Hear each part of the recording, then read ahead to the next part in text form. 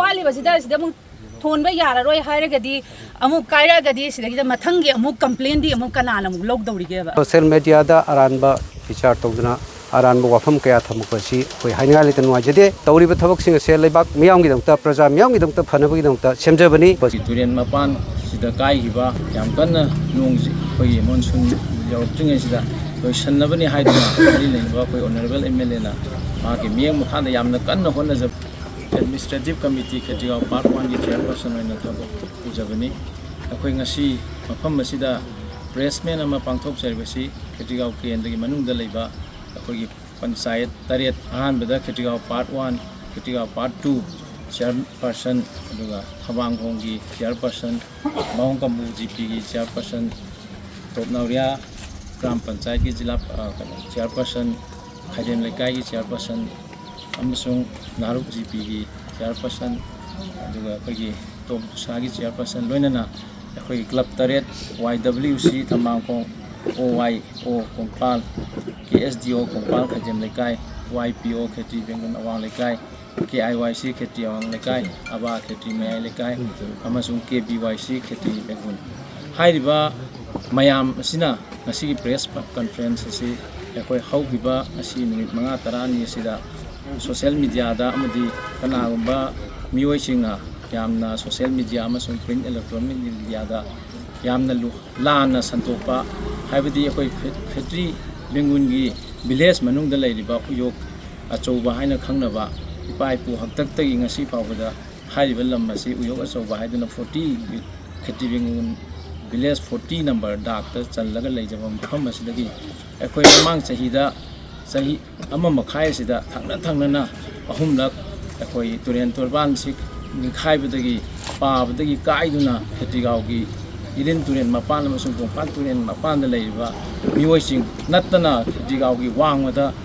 atop jaga dasu ising ichau sina awaba pihiba mayam sing adu honorable MLA na mahake miyeng makhata mayam gi yai fanabani haiduna hairiba mafam asidagi leibak lauraga yamna kanna thonba hairiba tholingai chainung asida kanaguma khoi mioi kharana masagi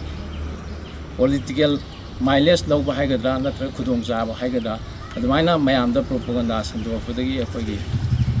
nungai taba ama sum yauduna ngasi press conference pangthok jabani hairiba mafam asidagi akhoi laibak lauduna tholiba akhoi turen mapan sida kai hiba adagi atop mafamda leiriba si yam fazana hojikse yam kanna nongji koi monsoon yautring sida koi sannabani haiduna ari lengba koi honorable MLA na ma ki miyang mukhanda yamna kanna honna jabresi kanagumba sininaw sing natrana forest department na haiba sumna si nasidagi masi tawbirakna basu koi ngasigi pamjariba press conference ki thangda koi Manipur ki miyamda suma kano baujin sim chupijari aige ming Waikong Kajal Devi Purai Khaidem Lekai ki Chairperson ki matang ja ina haijaning buja sida social media da ina hujik uba kanda khogi leima ching kanbiyo haiba ma khag yauri bako adu sida leima ching haise sisiga Uyok ching haiba ma leima ching sidi hujik phawda sokte bako mayam gi social media da ina hujik phawda uba kanda adada ina haijaning ise ai ahan ba mamangi sakida ising longnam ban ja si kai ba kanda isala ameba isala amaga sigi kai ba sigi mayam da thon ba papa kai da yaurameba adu hujik mayam ju sigi camera ju lobi yogo sida chi lei ba phibam je sida leibak se thon ba je hujik amuk lepaga sidagi amuk nong amuk changgra kan da koi hujik tadi mayam weather report kaina mayam loi ubire ko social media da kai da hujik nong yam kanna ta bagi kano lei haiba ju report ju u phangi kai guma nong sina kanna tara gadi ade sigi amuk sung mo han gi du ka phibam chap mana na muk kai ra gadi sida ising chaw dawri ja Kshetrigao khatang na te ba ngasai mayam na khangbi ga da ba ma Kshetrigao khatang na te wangkhai kendra chawrakani adagi ya school kendra chawrakani zu kendra chawrakani ba ado sigi pose han advance oina nong taratring aida khatang sigi semjan sajan ba sida aikogi ima event kogi maira paibi loop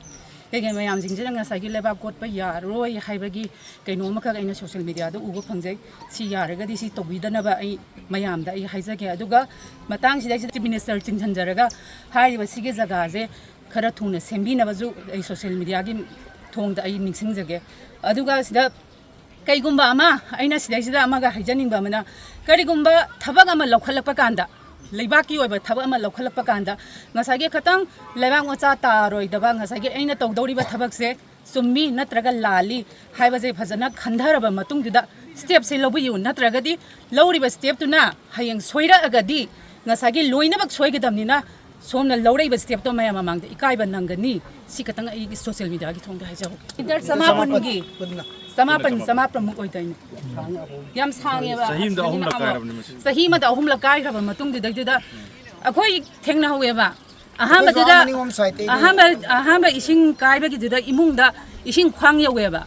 अदगी अनीरक सुबदना खतंग ख फै तौदबो अनीरक इसिंग कायबा थेंगनरका हाबजे मी मन क्यां अवाबा थेंगनरकनी अदो मयाम दुम खंबियु नेमता अद अहुम लक्तदी खोइ लाइब खदना अहानबा दुदी खोइ अहुम आनबगी दुदी खोइ याहौदबगी वानेबा अदुगा अनीरक तुदी खोइ हवे अनीरक तबा खोइ अदु yang वारदुनदी अहुम लक्बक थेंगनबा मी इमुंग मनुंगदी करी ओइरंगदगी अमता खंबियुने सिगी हुजिकी थोलाइबा सिगी जे आदगी नेबा थोलाइजे अदगी हुजिक थोलाइबा जगा से जो मु वाटलिबनेबा मु थोनगदबा जगा मु वाटलिबनेबा सिदाइसे वाटलिबा सिदा मु थोनबा याररोय हायरगदी अमुक कायरगदी सिदाइसे मथंगी अमुक कंप्लेन दी अमुक कनाना अमुक लौगदौरिगेबा अखोई हुजिक चेयरपर्सन ओरिबा सिगी मयाम जे सि लेकाय मयाम दगी जो खोइदा कंप्लेन सोइदना लाकनीबा नोय मयाम ना कनो तौदगी अखोइदा येंगबिदे अदु तौदे हायरकनीबा येंगदबा मतम सिदादी थिंगगा थम्बिरगा हयें कोना अदुगी कंप्लेन जो अमुक अदुदी काले फु कांद्रे फु हाइबे फिभम अम लाअनीबा